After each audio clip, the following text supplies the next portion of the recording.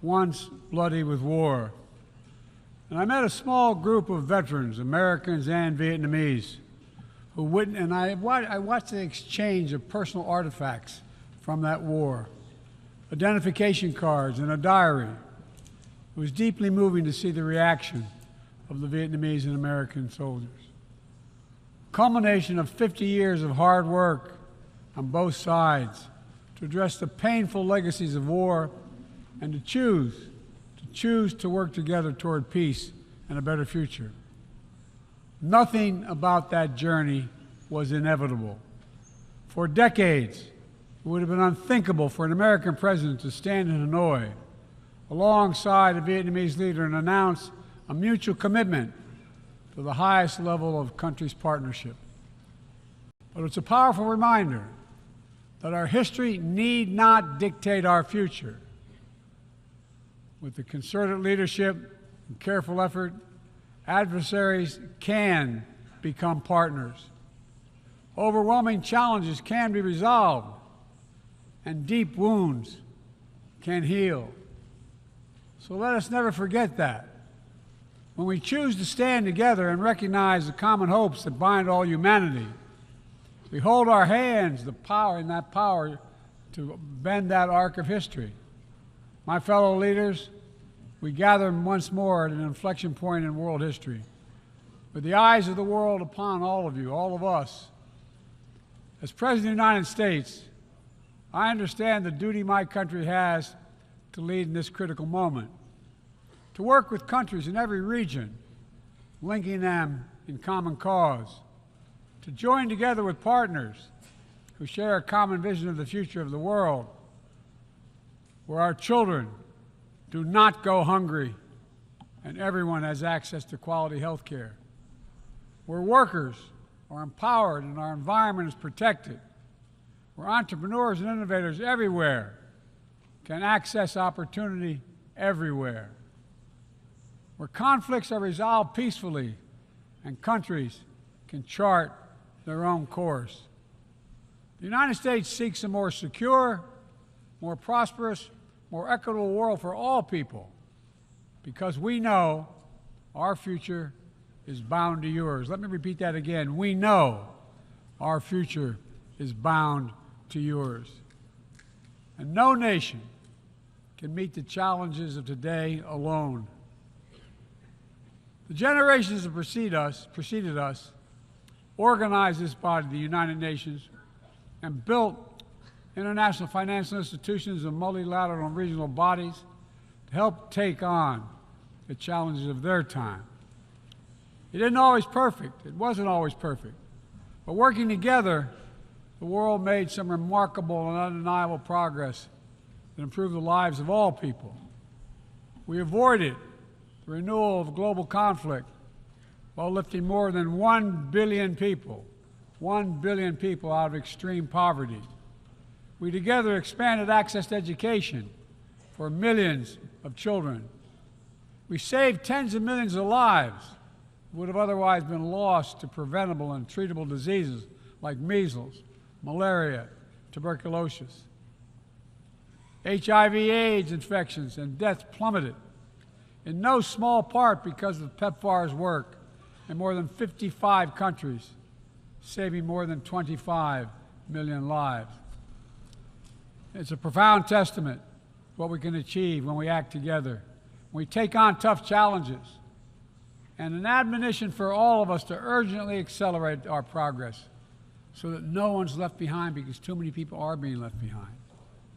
The institutions we built together at the end of the Second World War are an enduring bedrock of our progress, and the United States is committed to sustaining them. And this year, we're proud to rejoin UNESCO. We also recognize that to meet the new challenges of our decades-old institutions and approaches, they must be updated to keep peace with the world. We have to bring in more leadership and capability that exists everywhere, especially from regions that had not always been fully included. We have to grapple with the challenges that are more connected and more complex. We have to make sure we're delivering for people everywhere, not just somewhere, everywhere. Simply put, the 21st century results are badly needed. They're needed to move us along. That starts with the United Nations, starts right here in this room. In my address to this body last year, I announced the United States will support expanding the Security Council, increasing the number of permanent and non-permanent members. The United States has undertaken serious consultation with many member states and will continue to do our part to push more reform efforts forward, look for points of common ground, and make progress in the year ahead. We need to be able to break the gridlock that too often stymies progress and blocks consensus on the Council. We need more voices, more perspectives at the table. The United Nations must continue to preserve peace, prevent conflict, and alleviate human suffering. And we embrace nations stepping up to lead in new ways and to seek new breakthroughs on hard issues. For example, on Haiti, the Caribbean community is facilitating a dialogue among Haitian society. I think President Ruto of Kenya, I thank him for his willingness to serve as the lead nation of a UN-backed security support mission. I call on the Security Council to authorize this mission now. The people of Haiti cannot wait much longer. The United States is working across the board to make global institutions more responsive, more effective, and more inclusive. For example, we've taken significant steps to reform and scale up the World Bank, expanding its financing to low and middle-income countries so it can help boost progress toward meeting the Sustainable Development Goals and better address interconnected challenges like climate change and fragility. Under the new president of the World Bank, change is already taking root. Last month, I asked the United States Congress for additional funds to expand World Bank financing by $25 billion. And at the G20, we rallied the major economies of the world to mobilize even more funding. Collectively, we can deliver a transformational boost to World Bank lending. And because the multilateral development banks are among the best tools we have for mobilizing transparent, high-quality investment in developing countries, reforming these institutions can be a game changer. Similarly, we proposed making sure developing countries have a strong voice and representation at the International Monetary Fund. We're going to continue our efforts to reform the World Trade Organization, and preserve competition, openness, transparency, and the rule of law, while at the same time equipping it to better tackle modern-day imperatives like driving the clean energy transition, protecting workers, promoting inclusive and sustainable growth. And this month, we strengthened the G20 as a vital forum, welcoming the African Union as a permanent member. By upgrading and strengthening our institutions, that's only half of the picture. We must also forge new partnerships, confront new challenges. Emerging technologies such as artificial intelligence hold both enormous potential and enormous peril. We need to be sure they are used as tools of opportunity, not as weapons of oppression. Together with leaders around the world, the United States is working to strengthen rules and policies so AI technologies are safe before they're released to the public. To make sure we govern this technology, not the other way around, having it govern us. And I'm committed to working through this institution and other international bodies and directly with leaders around the world, including our competitors, to ensure we harness the power of artificial intelligence for good while protecting our citizens from its most profound risk. It's going to take all of us. I've been working on this for a while, as many of you have. It's going to take all of us to get this right. In every region of the world, the United States is mobilizing strong alliances, versatile partnerships, common purpose, collective action, to bring new approaches to our shared challenges. Here in the Western Hemisphere, we united 21 nations in support of the Los Angeles Declaration on Migration and Protection, launching a region-wide approach to a region-wide challenge to better uphold laws and protect the rights of migrants. In the Indo-Pacific, we've elevated our Quad partnership with India, Japan, and Australia to deliver concrete progress for the people of the region on everything from vaccines to maritime security. Just yesterday, after 2 consultations in diplomacy, the United States brought together dozens of nations across 4 continents to establish a new partnership for Atlantic cooperation so that the coastal Atlantic countries can better cooperate on science, technology, environmental protection, and sustainable economic development. We brought together nearly 100 countries in a global coalition to counter fentanyl and synthetic drugs to reduce the human cost of this affliction, and it is real. And as the nature of the terrorist threats evolve and the geography expands to new places, we're working with our partners to bring capabilities to bear to disrupt plotting, degrade networks, and protect all of our people. Additionally, we convened the Summit for Democracy to strengthen democratic institutions, root out corruption, and reject political violence. And in this moment where democratically elected governments have been toppled in quick succession in West and Central Africa, we're reminded that this work is as urgent and important as ever. We stand with the African Union and ECOWAS and other regional bodies to support constitutional rule. We will not retreat from the values that make us strong. We will defend democracy, our best tool to meet the challenges we face around the world. And we're working to show how democracy can deliver in ways that matter to people's lives. The Partnership for Global Infrastructure and Investment addresses the enormous need and opportunity for infrastructure investment in low and middle income countries, particularly in Africa, Latin America, and Southeast Asia. Through strategic, targeted public investments, we can unlock enormous amounts of private sector financing. The G7 has pledged to work with parties to collectively mobilize $600 billion in infrastructure financing by 2027. The United States has already mobilized more than $30 billion to date.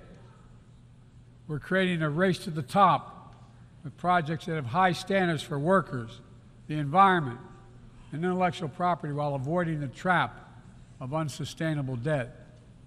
We're focusing on economic corridors that will maximize the impact of our collective investment and deliver consequential results across multiple countries and multiple sectors.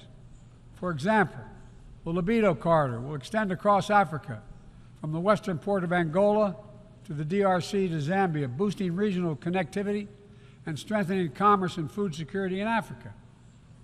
Similarly, the groundbreaking effort we announced at the G20 to connect India to Europe through the UAE, Saudi Arabia, Jordan, and Israel will spur opportunities and investment across 2 continents.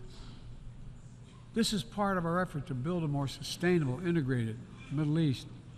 It demonstrates how Israel's greater normalization and economic connection with its neighbors is delivering positive and practical impacts, even as we continue to work tirelessly to support a just and lasting peace between the Israelis and Palestinians, 2 states for 2 people.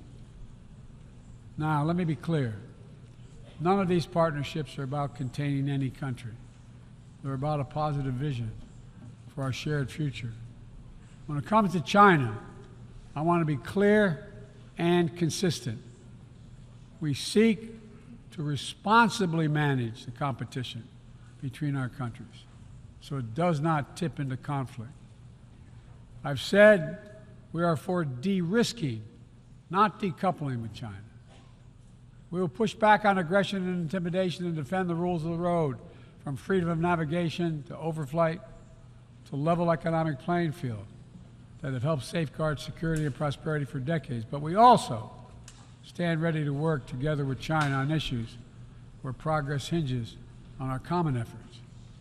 Nowhere is that more critical than accelerating the climate crisis, than the accelerating climate crisis. We see it everywhere.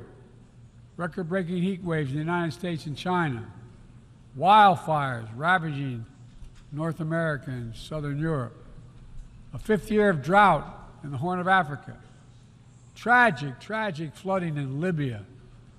My heart goes out to the people of Libya. That's killed thousands of people. Together, these snapshots tell an urgent story of what awaits us if we fail to reduce our dependence on fossil fuels and begin to climate-proof the world. For one day, my administration, the United States, has treated this crisis as an existential threat from the moment we took office, not only for us, but for all of humanity. Last year, I signed into law in the United States the largest investment ever anywhere in the history of the world to combat the climate crisis and help move the global economy toward a clean energy future. We're also working with the Congress to quadruple our climate financing to help developing countries reach their climate goals and adapt to climate impacts. And this year, the world's on track to meet the climate finance pledge that made under the Paris Agreement, $100 billion to raise collectively. But we need more investment from public and private sector alike, especially in places that have contributed so little to global emissions, but face some of the worst effects of climate change, like the Pacific Islands.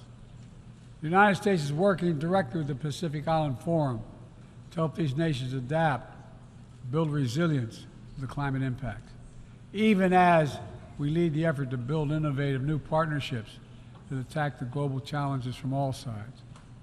From the First Movers Coalition, which is mobilizing billions of private sector community and the private sector commitments, to creating a market demand for green products in carbon-intense sectors like concrete, shipping, aviation, and trucking, to the Agricultural Innovation Mission for Climate, which is bringing farmers into the climate solution and making our food supply more resilient to climate shocks, and the Global Methane Pledge, now endorsed by more than 150 countries, which expands our focus beyond our carbon emission targets to reduce the potential greenhouse gases in our atmosphere by 30% in this decade.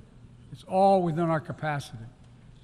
We need to bring the same commitment and urgency and ambition as we work together to meet the Sustainable Development Goals of 2030. These goals were adopted at the United Nations in 2015 as a roadmap for improving lives around the world. But the hard truth is, for decades of progress, the world has lost ground these past years in the wake of COVID-19, conflicts, and other crises. The United States is committing to doing its part to get us back on track. All told, in the first 2 years of my administration, the United States has invested more than $100 billion to drive development progress in bolstering food security, expanding access to education worldwide, strengthening healthcare systems, and fighting disease. And we've helped mobilize billions more in the private sector investments. But to accelerate our forward progress on the Sustainable Development Goals, we all have to do more. We need to build new partnerships that change the way we tackle this challenge, to unlock trillions of additional financing for development, drawing on all sources. We need to fill the gaps and address the failures of our existing system exposed by the pandemic. We need to ensure that women and girls benefit fully from our progress. We must also do more to grapple with the debt that holds back so many low and middle-income countries. When nations are forced to service unsustainable debt payments over the needs of their own people, it makes it harder for them to invest in their own futures. And as we work together to recover from global shocks, the United States will also continue to be the largest single country donor of humanitarian assistance at this moment of unparalleled need in the world. Folks, cooperation, partnership. These are the keys to progress on the challenges that affect us all, and the baseline for responsible global leadership. We don't need to agree on everything to keep moving forward on issues like arms control, a cornerstone of international security. After more than 50 years of progress under the Non-Proliferation Treaty, Russia is shredding long-standing arms control agreements, including announcing the suspension of the New START and withdrawing from the Conventional Forces in Europe Treaty. I view it as irresponsible and makes the entire world less safe.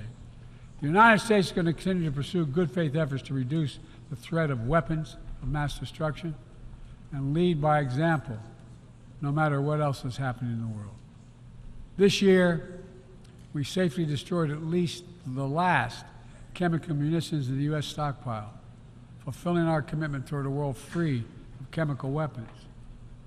And we condemn the DPRK's continued violation of UN Security Council resolutions, but we are committed to diplomacy that will bring about the denuclearization of the Korean Peninsula.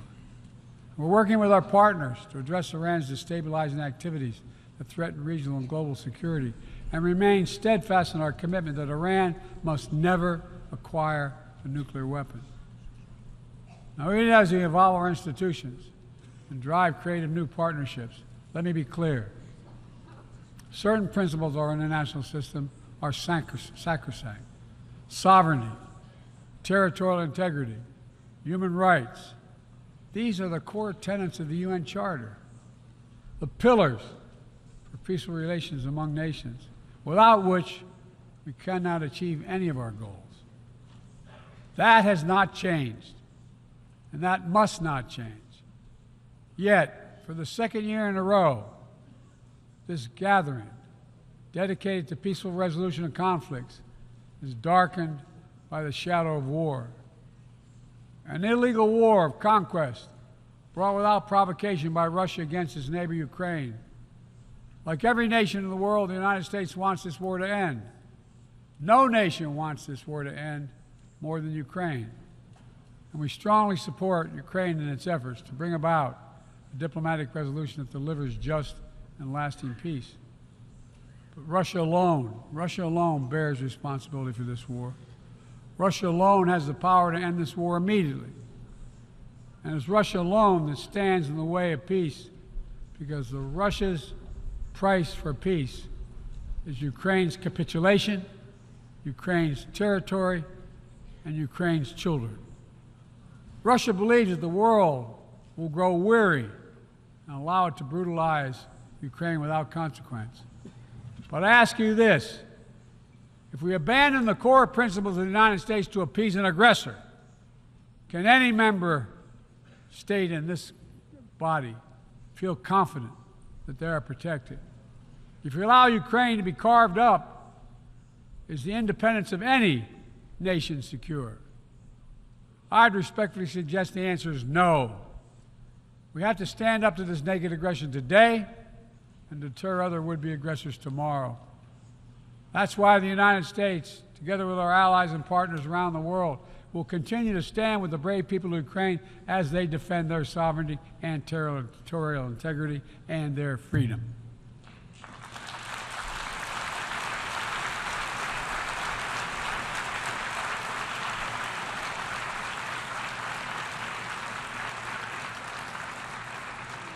It's not only an investment in Ukraine's future, but in the future of every country that seeks a world governed by basic rules that apply equally to all nations and uphold the rights of every nation, no matter how big or small. Sovereignty, territorial integrity, they are the fixed foundations of this noble body. And universal human rights is its North Star. We cannot sacrifice either. 75 years ago, the Universal Declaration of Human Rights captured a remarkable act of collective hope. I say that again, collective hope. Drafted by a committee representing different regions, faiths, philosophies, and adopted by the entire General Assembly. The rights contained in the Declaration are elemental and enduring. And while we still struggle to uphold equal and inalienable rights of all, they remain ever steady and ever true. We cannot turn away from abuses, whether in Xinjiang, Tehran, Darfur, or anywhere else. We have to continue working to ensure that women and girls enjoy equal rights and equal participation in their societies, that indigenous groups, racial, ethnic, religious minorities, people with disabilities do not have their potential stifled by systemic discrimination, that the LGBTQI plus people are not prosecuted or targeted with violence because of who they are. These rights are part of our shared humanity. They're absent. When they're absent anywhere, their loss is felt everywhere. They are essential to the advancement of human progress that brings us together. My fellow leaders, let me close with this. At this inflection point in history, we're going to be judged by whether or not we live up to the promises we made to ourselves, to each other, to the most vulnerable, and to all those who will inherit the world we create, because that's what we're doing. Will we find within ourselves the courage to do what must be done, to preserve the planet, to protect human dignity, to provide opportunity for people everywhere, and to defend the tenets of the United Nations? There can only be one answer to that question. We must, and we will. The road ahead is long and difficult, but if we persevere, and prevail, if we keep the faith in ourselves and show what's possible, let's do this work together. Let's deliver progress for everyone. Let's bend the arc of history for the good of the world, because it's in our power to do it. Thank you for listening. You're kind.